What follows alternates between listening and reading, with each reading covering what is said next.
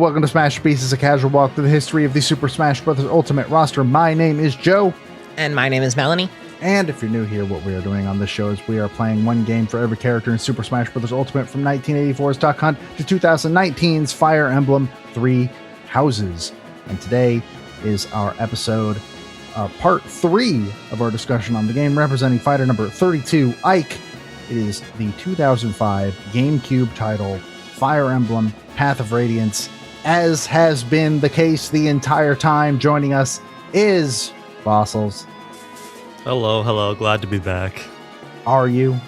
Well, we're back sooner this time, so... That is true. The quickest it's ever been.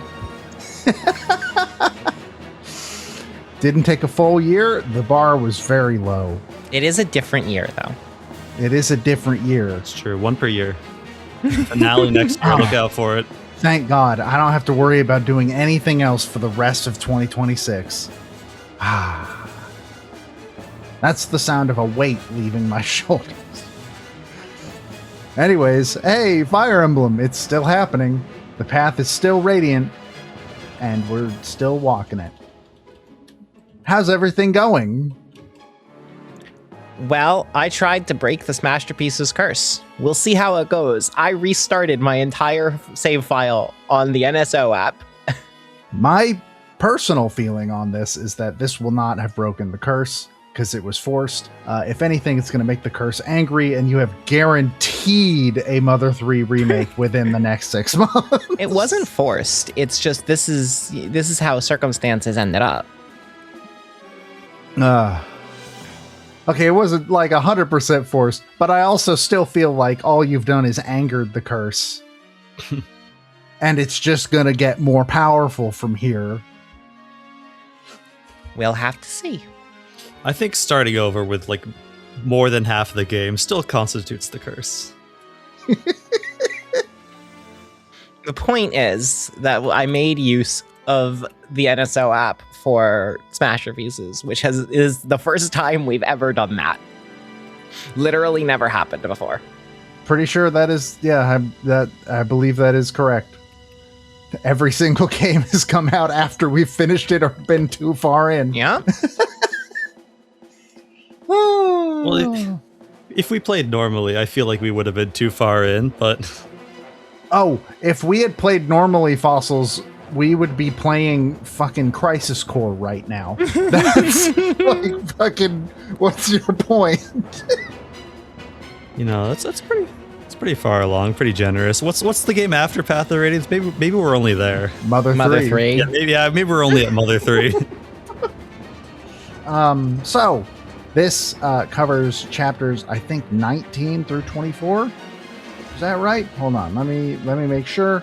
Yes, chapters 18 through 24. Sorry, I was one off. Yes. So I once again have my list of notes. Very brief, but if you would like to hear the ravings of a madman, Go for it. The first one being, yo, what the fuck? Racing is so strong. What the fuck? What do you What do you fucking mean he can fucking chant like up to 4 fucking characters? He's insane. Now imagine that this is the first dancer you've ever seen in the franchise. Isn't every other dancer so much less interesting? What the fuck? That's too strong. What do you mean positive action economy? Like, yeah, obviously it's sort of balanced by the fact that in order to do the 4 characters, he needs to be in bird form. But, like, he could fucking dance 4 characters at once. I think the trade-off is 'cause in some of the other Fire Emblem games, not all of them, sometimes the dancer can defend themselves through combat. I think In Awakening, Olivia can have a sword. Yeah, I think the trade-off here is that, okay, he has absolutely 0 combat potential. Oh, he can't do shit. He can't do shit. If anybody looks at him. Wasn't Olivia the first dancer that could defend herself, though? Yeah, I know. I think the Fire Emblem 7 dancers don't have combat. I don't know about pre-7. And I forget exactly what Tethys can do or not, but We'll chat this is fake. Oh, okay.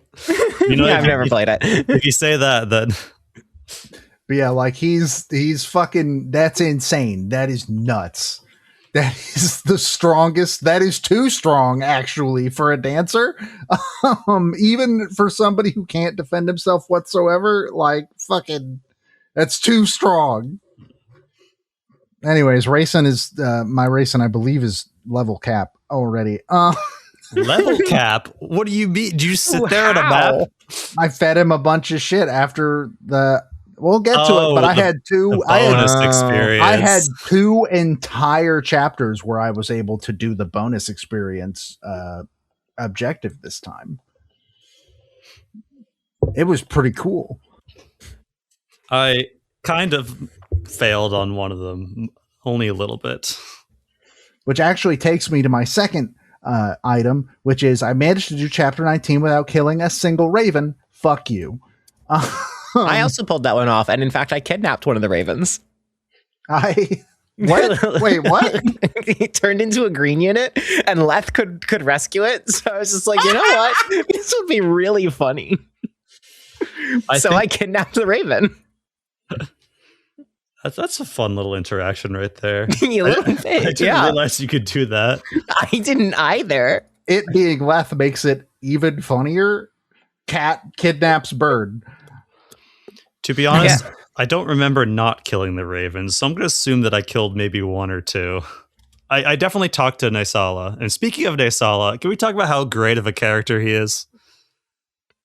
I don't know if he really shines until Radiant Dawn. No, but he's such a dastard. I mean, come on. Oh, I mean, yes. I guess. I'm all here for the Racing and Naisala toxic yaoi. I could see that. Yeah, you know what? I'll get on that. It's sure. my preferred Naisala ship. It's a pretty good one. Well, I mean, okay, but Racing Tibard is also like a pretty S-tier ship. But I managed to do that whole chapter without killing a single raven. I think I had to start it over at one point because I talked to Naisala with the I forget which one that I used. Because all I did was I handed them to Jill and then fucking flew Jill over. No, this is what happened. I gave the bird person to Jill. I don't remember which one it was. I'm very sorry. I don't use either of them. For combat. Look, I'm at the point where it can stop giving me new characters now because the characters I'm using are the characters I'm using. I mean, to be fair, most of the Lagoos in this game are not actually that useful compared to the Bayark characters. It's also like imagine using one of the Lagoos without the demi-band at this point. Yeah. They accidentally made the gameplay of the Lagoos counter to the themes of the story because it's like, why would you use the Lagoos? Yeah, right. Leth and Racing are the only 2 Lagoos that are in my team. Sorry, Leth, Racing, and definitely not the third person who's clearly a Lagoos that the game has been pretending is not. We'll get to that. Wait, what? Right now? Huh? Yeah, I'd like to hear who you think. Yeah, well, who are you talking about? No, we'll get to it. No. We'll get to it. It's one of my notes. Okay. There's a couple characters this could be. But there's I gave the bird person to, it's the one that looks like Dracula. I don't remember his name. He looks kind of like Dracula though. Ulki? Yeah, probably Ulki. Okay. The one that's Tiburn's ears. Yeah. Yeah. Not the one that's the eyes. Yeah, the eyes is Janeth. Yeah. So I gave Ulki to Jill and then had Jill fly all the way over to where Naisala was, at which point Naisala then flew halfway across the map to somebody else to kill someone, and then I had to start the chapter.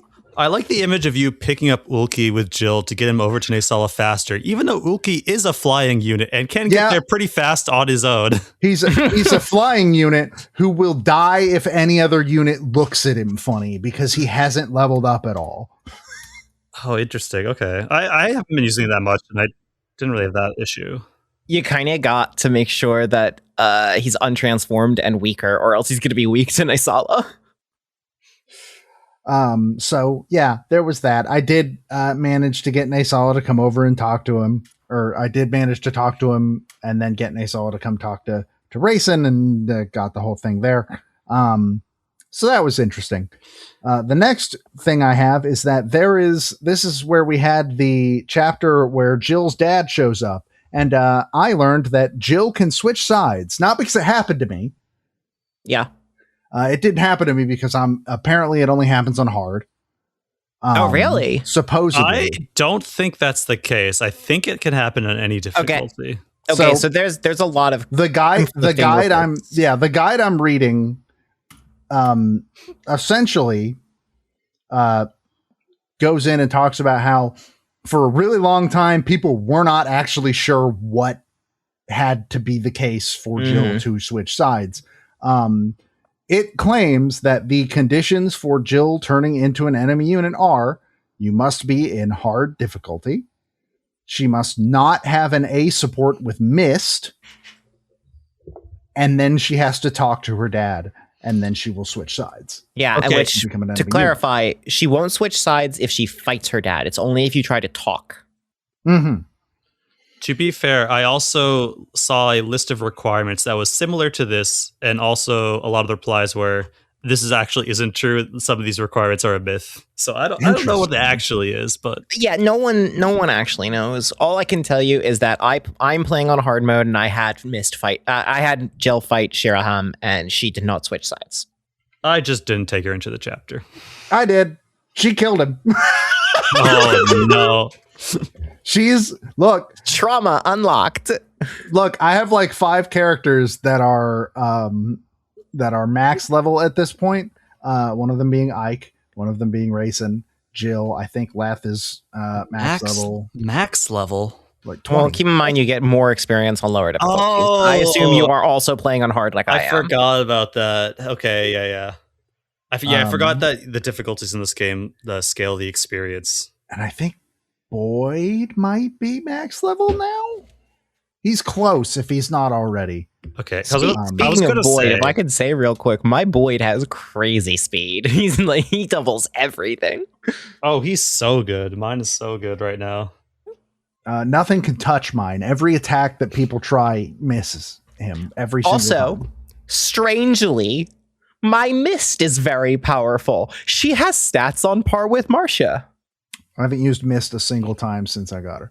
Like Mist's strength is higher than Marcia's. Mine is dead. I do remember you saying that Mist was dead last week. Yeah, it's going to be fun next session, but we'll get to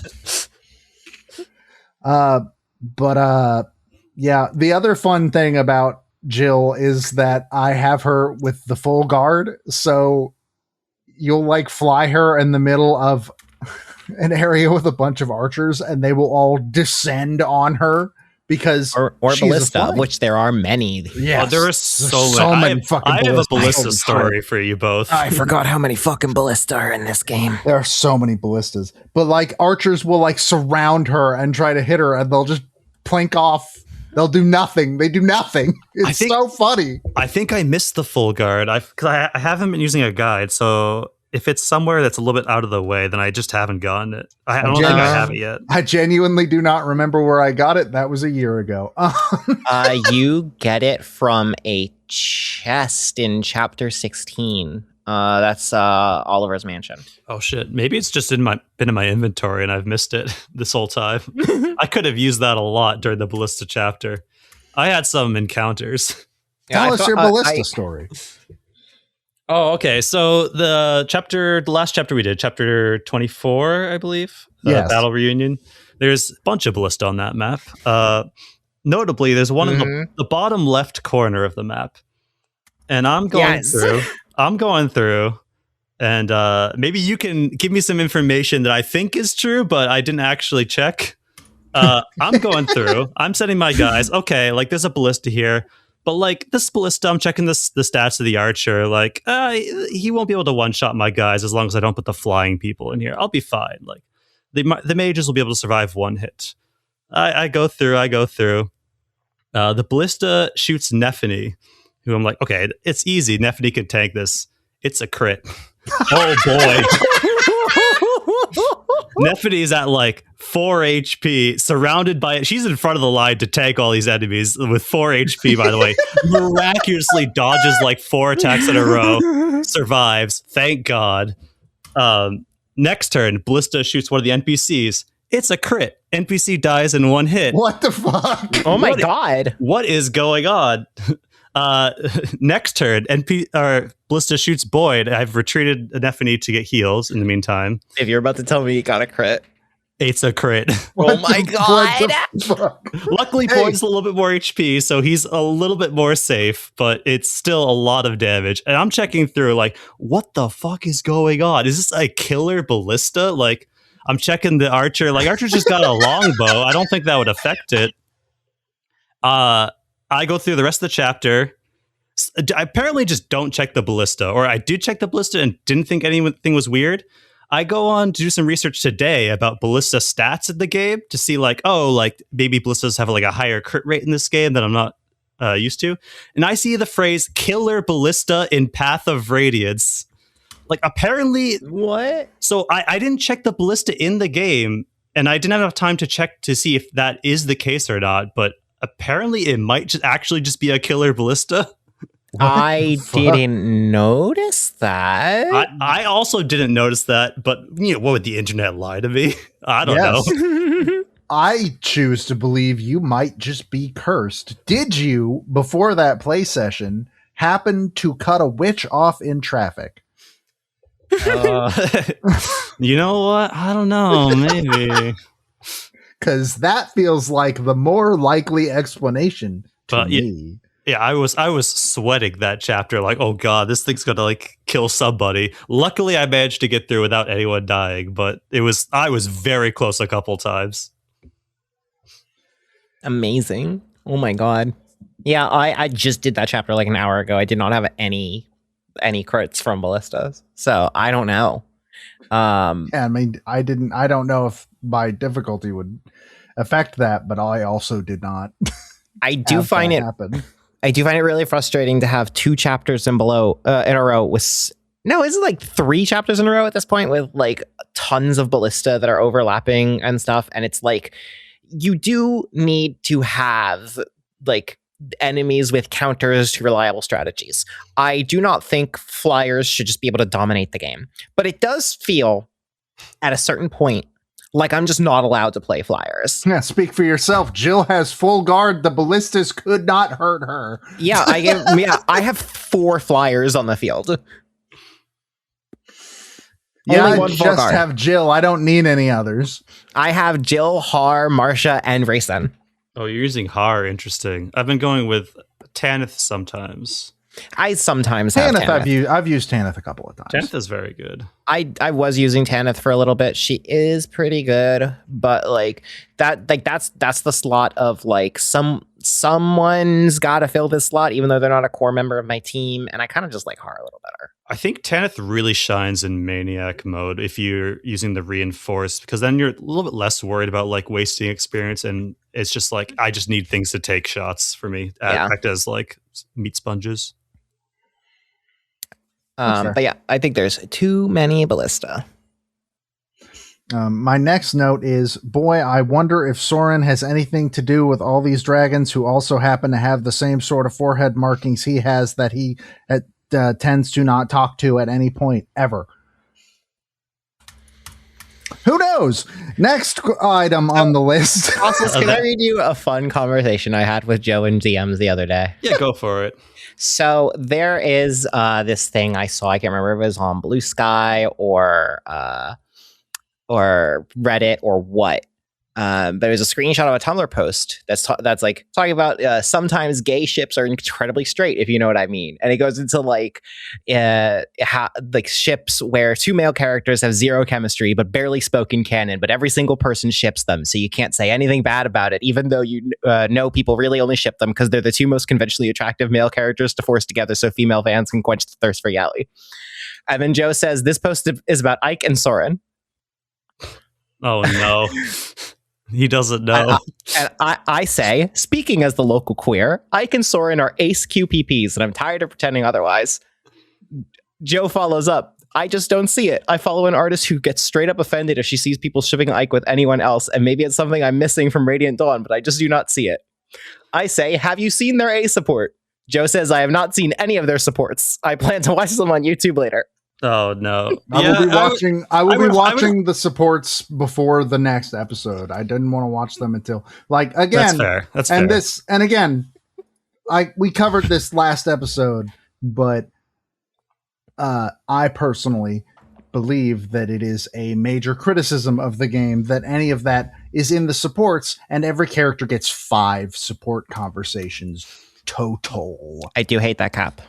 Yeah, I do agree with you that I don't like the cap on supports. I don't mind that the characters' support options are more limited, though. Oh, I'm fine with the fact that not everybody supports with everybody. Yeah. That's perfectly fine. I just don't like that it's limited to how many support conversations they get to have total. It's also easy not to notice that, because when I played this game as a kid, I didn't. Legit, it wasn't until years later that I knew that was a thing. Mm-hmm. And on that note of Soren's character arc is in the supports. They don't really go into it in the main story, but that makes it so fascinating to me that they so heavily foreshadow it in the main story. They do spend a lot of time setting up what his character arc is in the main story, where they're not going to show you the resolution, which is an interesting choice. I mean, that is true for this game. It is doubly true for the next game. Oh, I mean, yes, it's weird. In some ways, Soren is the most important character in the cast, but you only realize that if you do all of his sports. Yep. And some arcane bullshit in Radiant Dawn. Oh my god, yeah. The next item on my list is another. I think I mentioned this might have been last episode, where I mentioned how it is really neat how creative sort of the objectives and such get in this game, especially considering I come from Awakening onwards, where what is the objective? It's rout the enemy. I mean, in fairness, every map is a route map if you're not a coward. I mean, sure, but Chapter 22, I think, was extremely interesting, and that it was here is a big map full of enemy units. Half of them, don't kill them. Mm-hmm. They are hostages. Do not kill them. Yeah. And I did manage to make it through Chapter 22 without killing any priests. I also managed that, which I didn't think I was going to be able to manage that, because some of them try really hard to die to counterattacks. Some of them, yes, sure do. Had that happen to me. I killed one of them by accident. I did not take into account the fact that the mage priests, the ones that can actually attack you and not just heal, they sure do. I deliberately equipped a melee weapon to my unit so that they would not kill them, but I forgot to take into account that they would not move into range. They would stay where they are, even if the character is in melee range of them. Mm-hmm. So Jill absolutely annihilated one of them. Oh yeah, one of those priests was very lucky that Soren missed. Fuck the church, says Jill. And you know what? Fair. I'm not going to blame her. But I thought that was a really neat.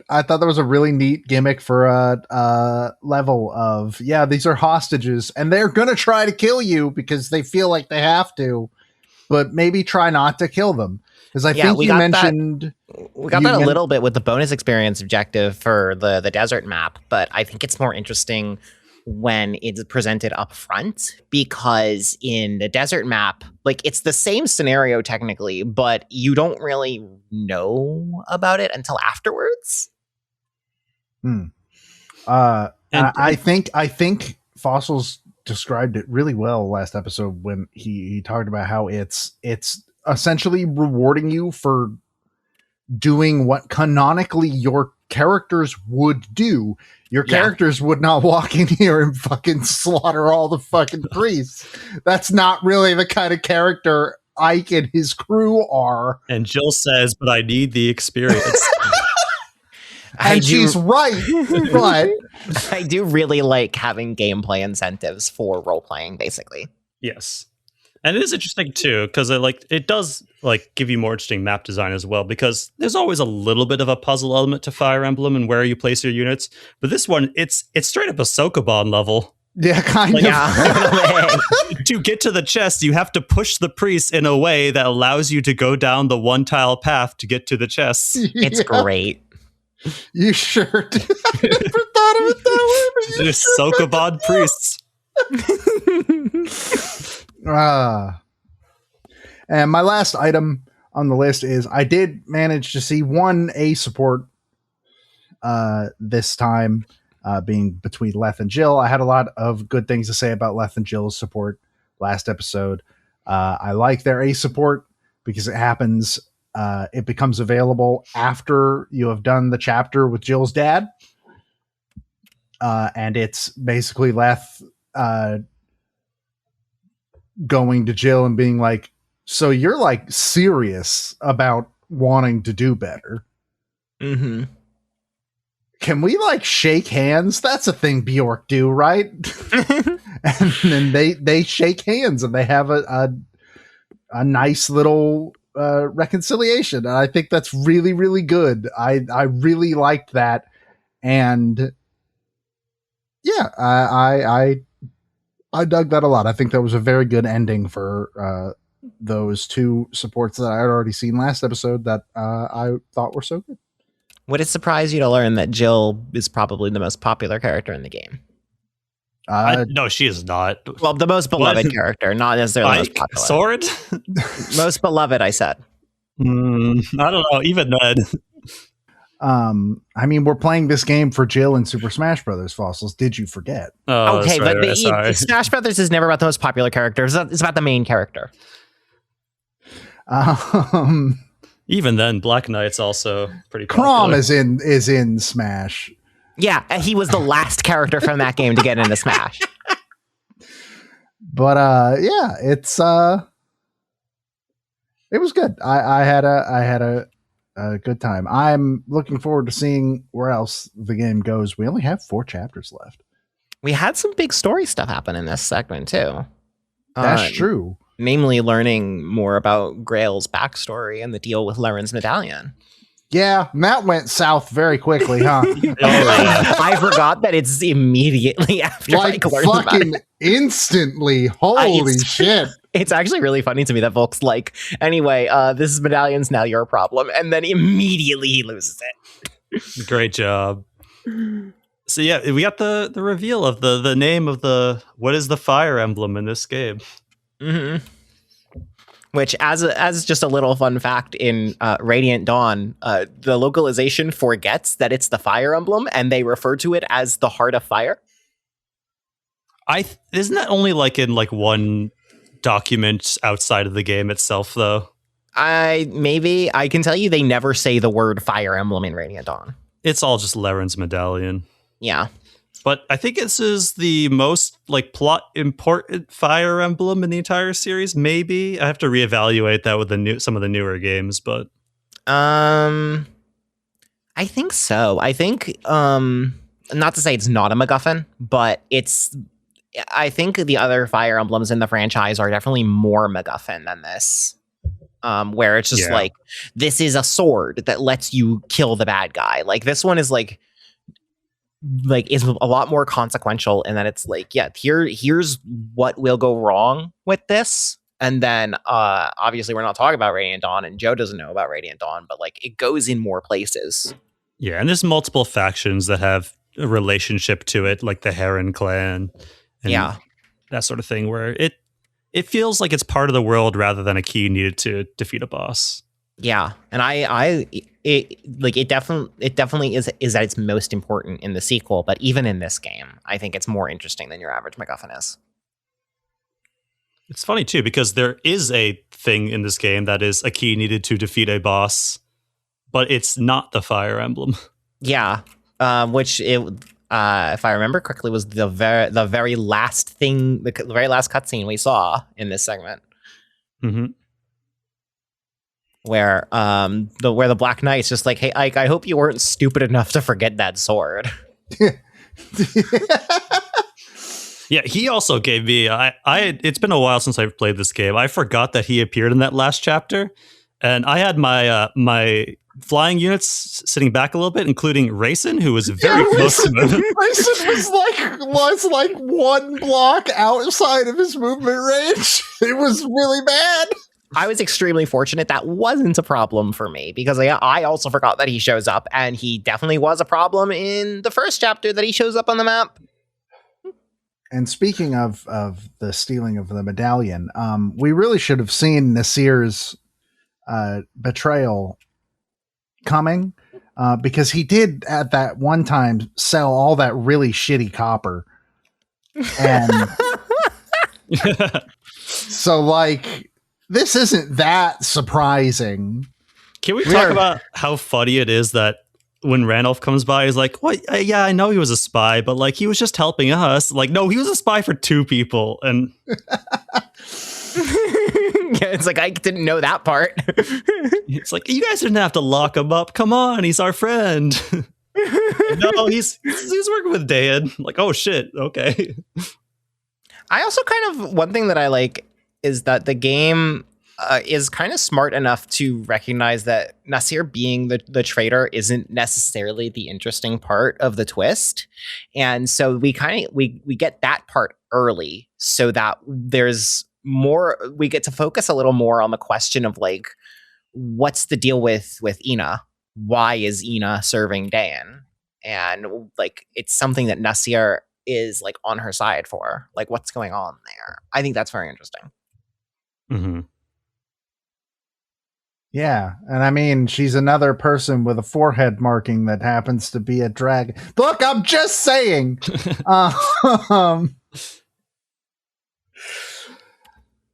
Thank you for letting me do the Nasir joke. I was very proud when I made that connection, by the way. That's a good one. Also, just the one really notable thing that happened in my playthroughs in this section was I didn't recruit Shinon because he went up to Boyd, who had a bow equipped, and Boyd instantly killed him because Boyd is cracked. And I decided, you know what, that's in character. Well, my Rolf is dead, so I also didn't recruit him. No real loss, though. The archers are kind of bad in this game. If you really want an archer, just promote one of your cavalier to be able to use bows. Or you just use Boyd. I had Rolf on the field ready to go, and then Shinon's suicidal overconfidence killed him, and I was like, you know what? That makes sense. Fair. I managed to get Shinon, even though I don't use Rolf, so Rolf was very low level, so it was playing a dangerous game, getting his ass out there. But Shinon is he's a like fantastic unit in this game in the chapters when he's a pre-promote. Yeah. After that, he's like, oh, okay, never mind. I haven't used him, but I did get the fun scene of him being drunk off his ass and being like, oh, look, it's Big Dick Ike and his big army. Everyone loves Ike. I did miss out on that, and you know what? That's a win for you. That's a win for you. It's a really good scene. I can't remember actually if we talked about this in the previous episode of like, I like Shinon's role in the story of like, he is an asshole, but like, he's not evil. He's just a very real kind of and it's like he's a very real kind of asshole too, where it's just like sometimes you're just gonna work with people that are just shitty for no good reason. And I like that. I like that, like in a worse game, Shinon would have like been a boss fight like in chapter 12, and then you would never see him again. And I think it's more interesting that it's like, no, he's still on your side. He's still not a villain. He's not evil. He's just an asshole. Well, I like that. I also think it's interesting too, because like, yeah, he is an asshole, but in a way he's also kind of right. Like Ike is given charge of this mercenary camp very, very soon after his first mission. And and when you're a mercenary, you're putting your life on the line. There is an element of like, well, he's unproven, and I don't trust him, so I'm just going to leave. And he also, his reasons for joining Dayan are also, they highlight how even Ashnard isn't like, just completely this batshit evil guy with no real ideology. It's like, there's a very real reason that people would believe in him, because in a world where the class system is so real and prevalent, he is offering a world where you can rise up on your own merits. And even though he's doing so in a way that is hateful, bigoted, and destructive, it's still very obvious why someone would see an appeal there. But also, he's an asshole. Yeah, a little bit. Oh yeah. Speaking of, I guess, Ashnard and maybe more Ashnard adjacent, I think Petrine's end is a little bit anticlimactic in this game. She's built up so much throughout the game. Yeah, and then, she is built up extremely hard for multiple chapters, and then you just sort of kill her. She's just kind of like a regular boss enemy. Did anyone else have Soren fight Petrine? Because I did that for the first time, and I didn't know that. I didn't. I don't know what you're referring to. I did not. I think Fossils, are you aware? Killed her. I've probably known what this is, just I don't recall off the top of my head. So if you have Soren fight Petrine, she says to Soren, I know what you are. You're like me. That mark on your forehead isn't a spirit charmer's mark. Okay, yes, I did know that about Petrine. I did not know that about Petrine. Huh. Okay. Sure. Look, so even Petrine's pointing it out. I'm just saying. But yeah, she just sort of fucking bites it after being set up for several chapters. And I don't know, like, I think she should have survived that chapter so she could come back and do more later. I understand why she couldn't have survived that chapter, but it's like, what was the purpose of her? Yeah, because they built up that little plot line of like if like Ina is something goes wrong with that, then you might have to stab her in the back. The Ashnard tells Petrine, but like that doesn't really go anywhere. Then Petrine just kind of dies. I'm okay with Petrine exiting in that chapter. I just kind of wish there was a little bit more towards the overall plot in that exit. It's like, in a weird way, like there are more disposable characters in this game that feel more meaningful than her. Like the one general who's like not the boss of the castle siege. Like Ina's the boss of that, but like the other guy who has the cutscene with Ina beforehand, like he felt like a more meaningful character than Petrine because he's representing this realization that ultimately Dayan didn't mean anything to Ashnard, and that they can't stand down no matter how clearly hopeless and pointless this fight is, because this is the only chance they have left. That's more meaningful than Petrine, I think. And like the best that I can come up with for any kind of arc in Petrine is just the same as that, but more of a dick. Mm-hmm. She's got a great design though.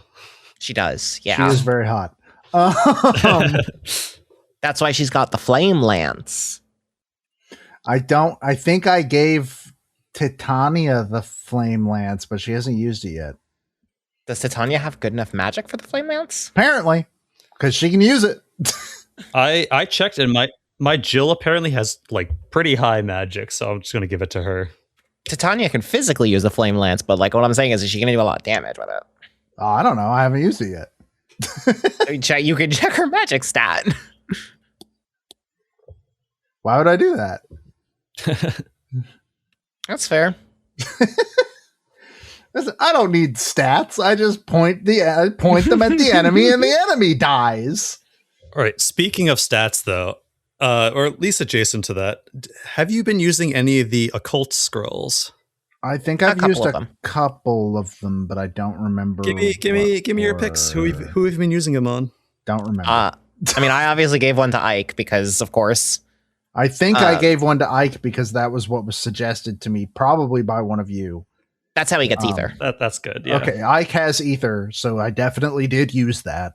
I gave one to Oscar. That hasn't activated a single time yet, but he has it. What the heck? I gave him ether, and like the first like 5 attacks were all ether. Yeah, he procs ether all the time. I haven't seen.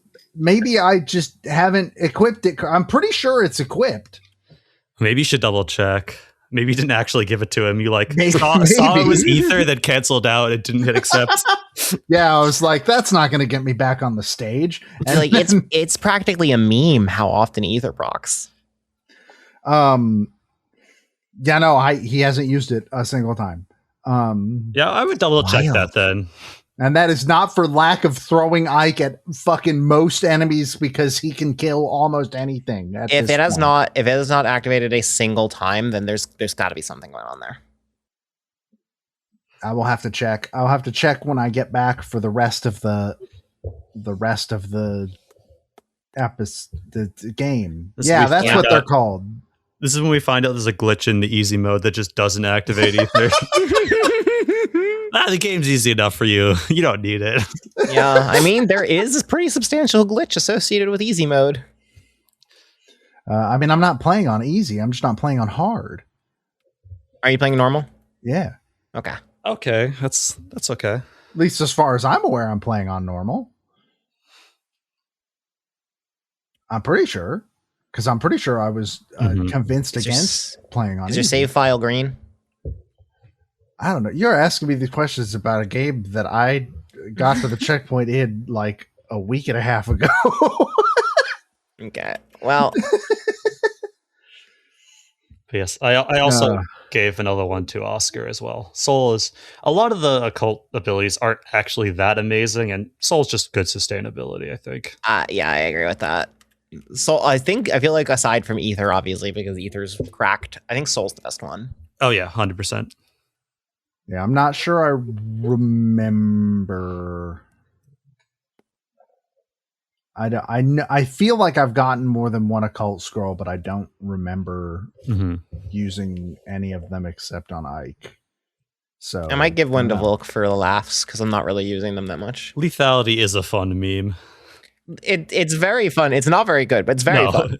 I'm having this really fun thing every time I go back to the game after not playing for a while, where I forget that in this game, normal people can't open chests. And so I do this whole thing to get somebody who's not my thief to a chest, and then they can't do anything. And I'm like, cool, that was a waste of time. That's why you got to go back to the thief store. You can get chest keys at least. Yeah, I'm sure you can somewhere. Anyways, that's all I have on this particular stretch of Path of Radiance. We're almost done. I have one minor note that I actually forgot to bring up last time, which is, can we talk about the flying unit attack animation in this game and how terrible it is? Oh, it's my really God. bad. It's real bad. Why do they start on the ground, jump up into the air, go way back, and then land again, and then just hit with a regular attack? Like, what? I do really like in Radiant Dawn, where if you have two flying units fighting each other, they will actually be in the sky. That is fun. But it's just so funny. Like, they spend so much time going back and like, okay, they're going to get momentum, and then they just cancel all of momentum by landing and then just, Okay, Look, what's the worst animation? Flying units or generals? I haven't been using any generals, so it's just because how slowly they walk. Yeah. I remember it depending on, I forget exactly what the circumstances were, but I remember playing Radiant Dawn and general pushing certain units back further than others, or like some units having their attack animation bringing them further away than others. And depending on how far away they are, the general spends more time walking up to them. It's amazing. Look, if the animation for attacking is less than 300 seconds long, the game will crash. I believe this in my heart. This game. Everything in this game, we mentioned this the first episode, everything in this game moves so fucking slowly. It is so slow. all the time. And I know part of the solution to that would be to turn off attack animations, to which I will say, stop telling me to do that, people. I'm not going to do that. I, in fact, did turn off attack animations for my replay of the first half. And I found myself being like, wow, I'm blazing through this. Like, this game's going so quick. And then it's like I would be getting through like a chapter in 45 minutes and it would feel really good. And then the first time I turned them back on, when I catch up to where I was, it's like, wow, that chapter took 2 hours. It's so fun. They worked super hard on these 3D animations, and by fucking God, you are going to watch them. I don't know if I agree that they worked hard on them. This is clearly pretty low budget in this game. But yeah, this game is so fucking slow. But anyways, we only have 4 chapters left in the whole fucking game. That's a little weird. I could have planned that a little better. I was curious why we went so far, because I was like, are you sure we're going through 24 and not stopping before? But I could have planned that better. That's okay. We'll have more to talk about once the game's for the game as a whole. Once it's done. Yeah, I also it'll be a bit of a longer episode too, because we'll be talking about music also. Yeah.